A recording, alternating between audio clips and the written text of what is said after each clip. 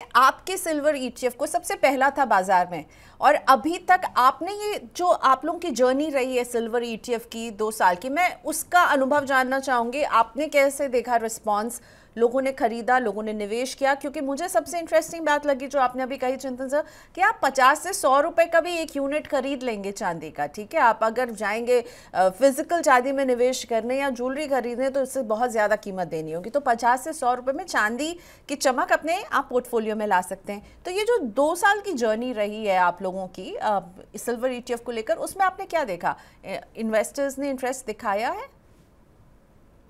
लगभग 2,500 करोड़ के आसपास का एयूएम है, तो इंटरेस्ट तो जरूर दिखाया है। और अगर हम पूरे इक्विटी पोर्टफोलियो की बात करें या पूरे एसेट्स अंडर मैनेजमेंट की बात करें तो आज फिर भी बहुत ही छोटा हिस्सा है। पर क्योंकि ये एक बहुत ही नया निवेश है चांदी का, और 2011 से 2021 के बीच में चांदी ने बिल्कुल रिटर्न नहीं दिया था, इनफैक्ट नेगेटिव रिटर्न दिया था, तो उसके कारण लोगों का रुझान चांदी की तरफ कम था, गोल्ड की तरफ भी कम था। पिछले एक साल में हमने देखा है कि रुझान बढ़ रहा है, और जुलाई 2024 में जो टैक्सेशन नॉर्म्स चेंज हुए उसमें चांदी और सोने के ईटीएफ में भी अभी जो टैक्सेशन है वो इक्विटी के तरह ही 1 साल के बाद आपको 12.5% long term capital gains tax लगेगा। तो ये भी एक अच्छा पॉजिटिव रुख रहा है, और उसके बाद चांदी और सोने का जो डिमांड है भारत में हमने देखा है, प्लस जो टैक्स कट हुए हैं कस्टम्स ड्यूटी के, इंपोर्ट ड्यूटी के, तो उसके कारण भी चांदी और सोना थोड़े सस्ते हुए थे भारत में जुलाई जुलाई अगस्त में, और उसमें उसका भी पूरा फायदा निवेशकों ने उठाया है। तो डिमांड हम अच्छी देख रहे हैं, और क्योंकि फिजिकल सिल्वर आप स्टोर करना थोड़ा मुश्किल है तो सिल्वर की तरफ रुझान है। एयूएम छोटा है कंपेयर टू से इक्विटीज या गोल्ड, पर लोगों का रुझान जरूर चांदी की तरफ बढ़ रहा है, और जैसे जैसे चांदी आउट परफॉर्म करेगा लोगों का रुझान शायद और भी बढ़ेगा। तो हम अच्छा पार्टिसिपेशन देख रहे हैं, और हम उम्मीद करते हैं कि लोगों का जो एसेट एलोकेशन में लोग देखें तो चांदी को भी उसका हिस्सा बनाए। अगस्त का महीना सिल्वर ईटीएफ के इनफ्लोज में भी बहुत शानदार रहा है। सो इनफ्लोज के मामले में अगस्त में तो सिल्वर ईटीएफ ने गोल्ड ईटीएफ को ज़रूर पीछे छोड़ दिया है। तो सिल्वर ईटीएफ में 1,664 करोड़ का नेट निवेश आया, जबकि गोल्ड ईटीएफ थोड़ा सा पीछे रह गया। So small victory over here. वहाँ पे हमने देखा 1,611 करोड़ का निवेश आया है। तो आपको लग रहा है कि इनफ्लोज जो है अगस्त में इतने अच्छे क्यों रहे, और आपको लग रहा है कि सिल्वर ईटीएफ इनफ्लोज के मामले में जो है 1 महीने तो आगे रहा है, और अभी ऐसे महीने आप देख सकते हैं जब लोगों में अंडरस्टैंडिंग बढ़ेगी? तो ये तो प्राइस डिटरमिन होता है। काफी सारे जो फंड ऑफ फंड्स भी होते हैं, मल्टी एसेट फंड्स भी होते हैं, वो भी सिल्वर में निवेश करते हैं। तो अगर किसी एक बड़े फंड, मल्टी एसेट फंड के फंड मैनेजर को अगर सिल्वर अच्छा लगता है तो उस महीने उन्होंने निवेश किया, तो वो भी एक लंपी इन्वेस्टमेंट हो सकता है। जैसे कि आपने देखा है, it is not a wide spread, अभी भी सिर्फ 4 लाख लोगों के पास है, तो सिल्वर एक वाइड स्प्रेड अभी नहीं हो पाया है। पर हम आशा करते हैं कि वाइड स्प्रेड होने के बाद गोल्ड और सिल्वर दोनों में अच्छे इन्फ्लोज कंटिन्यूसली आते रहेंगे। अगस्त के महीने में आपने जरूर देखा कि सिल्वर का ईटीएफ में इनफ्लोस बहुत बढ़ गए, क्योंकि कारण था कि जुलाई में जब टैक्स कट हुआ तो सिल्वर के दाम भी गिरे एब्सोल्यूट प्राइस में, और बहुत सारी बाइंग भी हुई वो कम दामों में, क्योंकि लोगों को दिख रहा था कि सिल्वर के दाम अंतरराष्ट्रीय बाजार में भी बढ़ सकते हैं, और वो हुआ भी।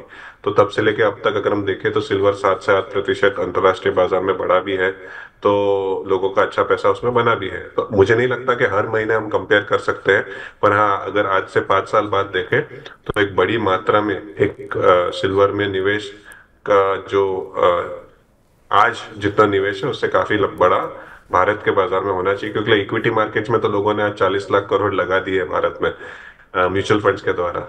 अगर गोल्ड देखे तो सिर्फ 35,000 करोड़ है, जो कि 1% से भी कम है, और सिल्वर सिर्फ 4 या 5 हजार करोड़ है, जो कि 0.1% है। तो अभी जैसे कि मैंने कहा कि बहुत सारा रीबैलेंसिंग भी होना है, बहुत सारा निवेश भी होना है। तो अभी तक तो हमने शुरुआत की है, और जैसे जैसे लोगों को पता चलेगा कितनी आसानी से वो निवेश कर सकते हैं, कितनी आसानी से वो बेच भी सकते हैं बाजार में गोल्ड और सिल्वर को, इतना आसानी से शायद फिजिकल मार्केट में पॉसिबल ना हो, पर इसमें काफी आसानी से आप निवेश कर सकते हो, छोटी छोटी मात्रा में भी कर सकते हो, एसआईपी भी कर सकते हो, जो गोल्ड और ईटीएफ सिल्वर के फंड ऑफ फंड्स है। तो बहुत ही कन्वीनियंस है। जैसे जैसे पॉपुलर होंगे आप देखोगे कि इसका भी जो रुझान है, जैसे कि इक्विटी ईटीएफ्स और इक्विटी इंडेक्स फंड्स में निवेश बढ़ा है, वैसे गोल्ड और सिल्वर ईटीएफ्स में भी हम सोचते हैं कि अगले 2-3 साल में बढ़ेगा, और हमारी कोशिश है आपके माध्यम से भी हम ज्यादा से ज्यादा लोगों की तरफ पहुंच पाए। लेकिन जॉनसन सर, अगर मैं कहूँ गोल्ड वर्सेस सिल्वर, आपको लगता है गोल्ड अभी भी नंबर 1 पोजीशन पर है जब प्रेशियस मेटल्स की बात आती है? तो पहले ये गोल्ड वर्सेस सिल्वर का जो डिबेट आता है उसमें मुझे सबसे पहले आता, पहले था इक्विटी वर्सेस डेट, फिर आया active equity versus passive equity, अभी आया गोल्ड और सिल्वर।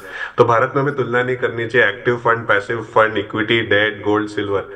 हर चीज में ग्रोथ आना है। भारत की अर्थव्यवस्था की ग्रोथ के साथ सेविंग्स की ग्रोथ भी होगी, तो इसमें भी नेचुरली ग्रोथ आएगी। बट किसका प्राइस ज्यादा ऊपर आता है? नॉर्मली सिल्वर ज्यादा वॉलेटाइल रहता है, जब तेजी आती है तो उसमें गोल्ड यस। से ज्यादा तेजी आती है, जब मंदी आती है तो उसमें गोल्ड से ज्यादा मंदी आती है। तो अगर अगले 1-1.5 सालों में कभी ऐसा हुआ कि अंतरराष्ट्रीय बाजार के प्रेशर के कारण या फिर कोई वॉर के कारण या फाइनेंशियल क्राइसिस के कारण बाजार गिरता है, तो गोल्ड में स्टेबिलिटी दिखेगी, शायद सिल्वर के दाम ज्यादा गिर पाएंगे, वो भी होता है। पर आप जब निवेश कर रहे हो तब आप, जब मार्केट नीचे आता है तभी और निवेश करें, और 5 साल की अवधि के लिए अगर आपका निवेश हो तो आपको उसका पूरा फायदा देखने को मिलता है। अगर 6 महीने की बात करें तो कोई भी प्रिडिक्ट नहीं कर सकता। 6 महीने पहले हमको लग रहा था कि गोल्ड और सिल्वर ऊपर जाएगा, पर गोल्ड $2700 होगा और सिल्वर $32 होगा, वो प्रिडिक्ट करना मुश्किल था। तो प्राइजेस आप प्रिडिक्ट नहीं कर सकते, एसेट एलोकेशन प्रिडिक्ट कर सकते हो, और आपकी जो स्ट्रैटेजी है निवेश की वो आपके हाथ में है। तो उसको अगर आप बहुत स्ट्रांग बना कर रखिए तो आपको फिर पूरा फायदा, equity, debt, REITs, InvITs, gold, silver, active, passive, सब चीज का फायदा आपको मिलेगा अगर एसेट एलोकेशन आपका सही रहेगा। आपने बिल्कुल राइटली कहा कि चांदी की कीमतें बहुत वॉलेटाइल रहती है। हम जितनी तेज़ी से इसमें बढ़त देखते हैं उतना ही शार्प रिएक्शन हम देखते हैं। जब ये गिरती है तो गिरती ही जाती है, फ्री फॉल होता है चांदी में, कई बार देखने को मिला है। तो ऐसे में डाउनसाइड रिस्क कम करने के लिए आप क्या स्ट्रैटेजी कहेंगे कि अगर कोई सिल्वर में निवेश कर रहा है तो उसको इस वॉलेटिलिटी से आप बचाने के लिए आप क्या स्ट्रैटेजी सजेस्ट करेंगे?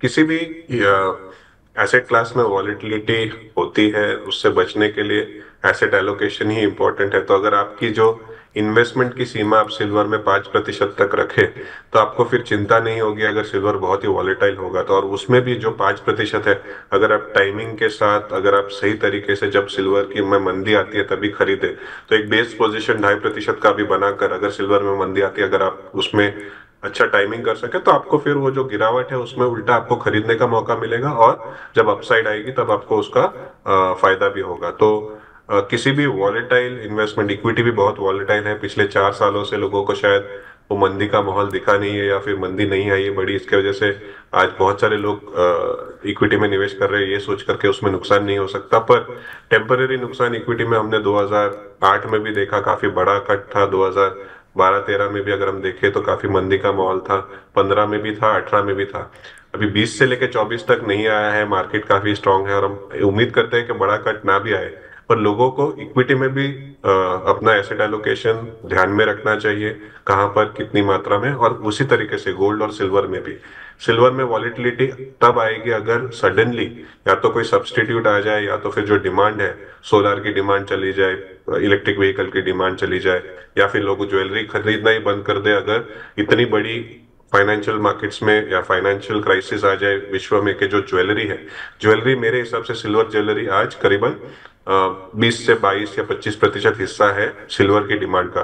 सपोज फाइनेंशियल क्राइसिस आया, डिमांड सिल्वर की चली गई ज्वेलरी के मामले में, तो फिर वापस आपको वो सिल्वर की डिमांड और सप्लाई मैच हो जाएगी और सिल्वर की जो कीमतें हैं वो नीचे आ सकती है। तो विश्व में जब फाइनेंशियल क्राइसिस आता है सभी एसेट क्लासेस नीचे आते हैं, इसलिए आपके पास एक बहुत अच्छा बैलेंस होना चाहिए equity, debt, REITs, InvITs, gold और सिल्वर का। और इसलिए 15% तक आप गोल्ड और सिल्वर रखिए, इक्विटी को 60% तक रखिए, depending on your risk appetite of course, और फिर बाकी का 25% सेफ्टी एसेट्स को रखिए।